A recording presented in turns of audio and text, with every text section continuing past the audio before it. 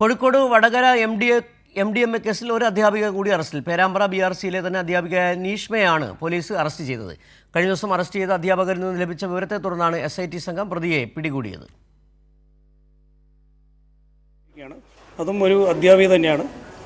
അപ്പോൾ ഞങ്ങളുടെ അന്വേഷണത്തിൽ വ്യക്തമായ ഒരു കാര്യം എന്താണെന്ന് വെച്ചാൽ ഇവർക്ക് വലിയ ഒരു ഈ മയക്കുമരുന്ന് മാഫിയുമായി ബന്ധപ്പെട്ട ഒരു നെറ്റ്വർക്കിൽ അവർ അംഗമാണ് എന്നതിൽ യാതൊരു സംശയമില്ല. അപ്പോൾ അതുമായി ബന്ധപ്പെട്ട അന്വേഷണങ്ങൾ ഇങ്ങനെ നടന്നുകൊണ്ടിരിക്കുകയാണ്. ഇന്ന് അറസ്റ്റ് ചെയ്ത പ്രതി നീഷ്മ എന്ന അധ്യാപികയാണ്. അവരും പേരാമ്പ്ര BRCയുടെ അണ്ടറിൽ ജോലി ചെയ്തിരുന്ന ഒരു അധ്യാപികയാണ്. ബഹുമാനപ്പെട്ട കോഴിക്കോട് റൂറൽ ജില്ലാ പോലീസ് മേധാവിയുടെ നിർദ്ദേശപ്രകാരം പുതിയ ഒരു സ്പെഷ്യൽ ഇൻവെസ്റ്റിഗേഷൻ ടീം ഇതുമായി ബന്ധപ്പെട്ട് ഫോം ചെയ്തിട്ടുണ്ട്. അപ്പോൾ അതിൻ്റെ അന്വേഷണങ്ങൾ വളരെ ശക്തമായ രീതിയിൽ നടന്നുകൊണ്ടിരിക്കുകയാണ്. വിവരങ്ങളുമായി ചേതൻ സാജൻ ചേരുന്നുണ്ട് കോഴിക്കോട് നിന്ന്. ചേതൻ, അതായത് ഈ BRCയിലെ തന്നെ 2 അധ്യാപികമാരാണ് ഇപ്പോൾ പിടിയിലാകുന്നത്. വലിയ തരത്തിൽ ഈ മയക്കുമരുന്ന് വിതരണം നടന്നിട്ടുണ്ടാകാം, വിദ്യാർത്ഥികൾക്കടക്കം കൊടുത്തിട്ടുണ്ടോ എന്ന് ഒരുപക്ഷെ എക്സൈസ് പരിശോധിക്കുന്നുണ്ടാകാം. ഈ അന്വേഷണം വ്യാപിപ്പിച്ചിട്ടുണ്ടോ എക്സൈസും പോലീസും? എന്താണ് വിവരങ്ങൾ കൂട്ടിച്ചേർക്കാനുള്ളത്? സിജു, ഞെട്ടിക്കുന്ന വിവരം തന്നെയാണ് ഈ ലഹരി ഇടപാട് കേസുമായി ബന്ധപ്പെട്ട് പുറത്തു വരുന്നത്. കേസിൽ 3ാമത്തെ അധ്യാപികയുടെ അറസ്റ്റാണ് ഇപ്പോൾ വടകര പോലീസ് രേഖപ്പെടുത്തിയിരിക്കുന്നത്. പേരാമ്പ്രയിലെ BRCയിലെ തന്നെ അധ്യാപികയായ നീഷ്മയുടെ അറസ്റ്റാണ് ഇപ്പോൾ വടകര പോലീസ് രേഖപ്പെടുത്തിയത്. മുമ്പ് അറസ്റ്റിലായ 2 പേരും അധ്യാപികരായിരുന്നു. ഇതേ പേരാമ്പ്ര BRCയിലെ അധ്യാപികരായ കാവ്യ, കീർത്തി എന്നിവരെയാണ് മുമ്പ് അറസ്റ്റ് ചെയ്തത്. ഇവരുടെ മൊഴിയുടെ അടിസ്ഥാനത്തിലാണ് ഇപ്പോൾ വടകര പോലീസ് 3ാമത്തെ അറസ്റ്റിലേക്ക് കടന്നിരിക്കുന്നത്. വളരെ സമർത്ഥമായ രീതിയിലാണ് ഇവർ ലഹരി മരുന്ന് ഇടപാട് നടത്തിയത് എന്ന കാര്യമാണ് നമ്മൾ എടുത്തു പറയേണ്ടത്. അതായത് കസ്റ്റമേഴ്സുമായി നേരിട്ട് ബന്ധം ഉണ്ടാകില്ല. മൊബൈൽ ഫോൺ ഈ കസ്റ്റമറിനെ ഡീൽ ചെയ്യുന്ന മറ്റൊരാളായിരിക്കും. ഈ അധ്യാപകരുടെ ബാങ്ക് അക്കൗണ്ട് വഴിയാണ് ലഹരി ഇടപാട് നടത്തുക. അത് ലഹരിയുടെ പണം നിക്ഷേപിച്ചാൽ കസ്റ്റമർക്ക് മറ്റൊരാൾ ലഹരി കൊണ്ടു കൊടുക്കും. ഇതാണ് ഇവരുടെ രീതി. അതായത് ഈ ലഹരി ഇടപാടുമായി നേരിട്ട് ഇവർക്ക് ബന്ധം കാണില്ല. ഇവരുടെ ബാങ്ക് അക്കൗണ്ടാണ് ഈ ലഹരി ഇടപാടിന് ഉപയോഗിച്ചത്. ഇങ്ങനെ ലക്ഷങ്ങളുടെ ഇടപാട് നടന്നിട്ടുണ്ടെന്നാണ് വടകര പോലീസ് കണ്ടെത്തിയിരിക്കുന്നത്. പ്രധാനമായും ഉയർന്നു വരുന്ന ചോദ്യം, ഇവർ എങ്ങനെ ഇത്തരത്തിൻ്റെ ഒരു ലഹരി മാഫിയയുടെ ഭാഗമായി മാറി? സമൂഹത്തിൽ മാതൃകയാകേണ്ട അധ്യാപകർ ഇത്തരത്തിൽ ഒരു പ്രവൃത്തിയിലേക്ക് എങ്ങനെ പോയി എന്നാണ് ഉയരുന്ന ചോദ്യം. അതിൻ്റെ അന്വേഷണം, ആ ചോദ്യത്തിന് ഉത്തരം തേടുകയാണ് വടകര പോലീസ്. ഇവരെങ്ങനെ ഈ ശൃംഖലയുടെ ലഹരി ഇടപാട് ശൃംഖലയുടെ സൂചിപ്പിച്ചതുപോലെ അക്കൗണ്ട് ഡീറ്റെയിൽസ് ഒക്കെ പോലീസ് പരിശോധിക്കുന്നുണ്ട്. ഈ 3 അധ്യാപികമാർ ഇതുമായി ബന്ധപ്പെട്ട് പിടിയിലാകുന്നു എന്ന് പറയുമ്പോൾ വളരെ കാലമായി അല്ലെങ്കിൽ വിപുലമായ ഒരു ശൃംഖല ഉണ്ടായിരുന്നിരിക്കണം. ചേതൻ പറഞ്ഞു, ഇവർ നേരിട്ട് ഈ MDMA കൈവശം വെക്കുന്നില്ല, പണമിടപാട് ഇവരിലൂടെ മാത്രമാണ്. എവിടെ നിന്നാണ്, ആരൊക്കെയാണ് ഇവർക്ക് ഈ പണം അയച്ചിരുന്നത്, ഇവർ ഈ പണം മറ്റാർക്കാണ് നൽകുന്നത്? അന്വേഷണം അങ്ങനെ തന്നെ പുരോഗമിക്കുന്നുണ്ടാകുമല്ലോ.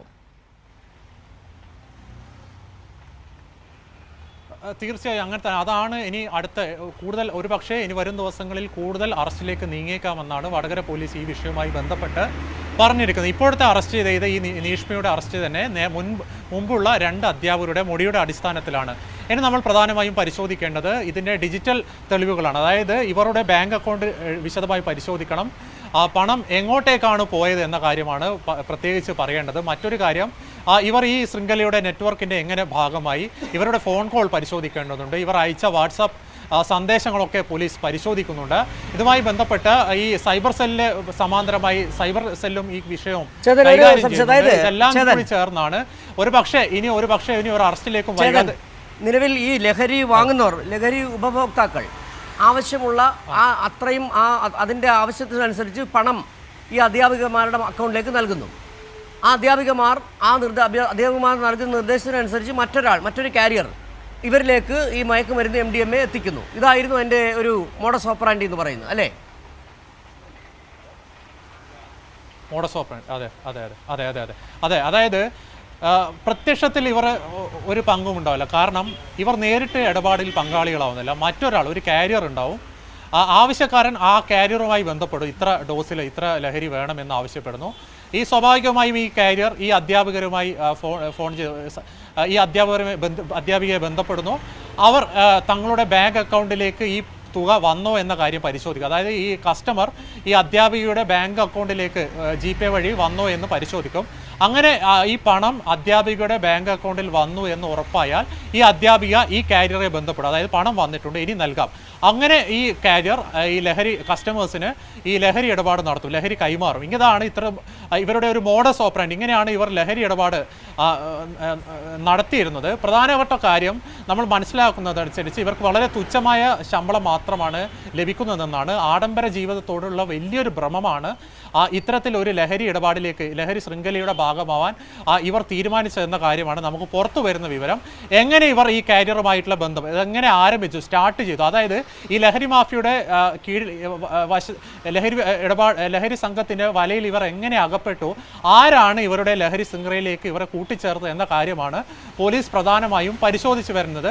പിന്നെ മറ്റൊരു കാര്യം, ഈ തുക, അതായത് ഈ ബാങ്ക് അക്കൗണ്ട് വഴി അധ്യാപികമാർക്ക് ലഭിച്ച തുക എങ്ങോട്ടാണ് വകമാറ്റിയത് എന്ന കാര്യം കൂടി പോലീസ് പ്രധാനമായും പരിശോധിക്കുന്നുണ്ട്. വരും ദിവസങ്ങളിൽ കൂടുതൽ അറസ്റ്റിലേക്ക് നീങ്ങാനുള്ള സാധ്യതയുണ്ട്. വടകര SP-യുടെ നേതൃത്വത്തിലാണ് ഈ കേസ് അന്വേഷണം ഇപ്പോൾ പുരോഗമിച്ചുകൊണ്ടിരിക്കുന്നത്. വൈകാതെ തന്നെ ഇന്ന് അറസ്റ്റ് രേഖപ്പെടുത്തിയ ഈ നിമിഷയെ കോടതിയിൽ ഹാജരാക്കുന്നതായിരിക്കും. മറ്റു രണ്ട് പ്രതികളായ കീർത്തിയും കാവ്യയും പോലീസ് ഇന്ന് കസ്റ്റഡിയിൽ വാങ്ങി. ഇനി ഇവരെ ഒരുമിച്ചിരുത്തി ചോദ്യം ചെയ്യും.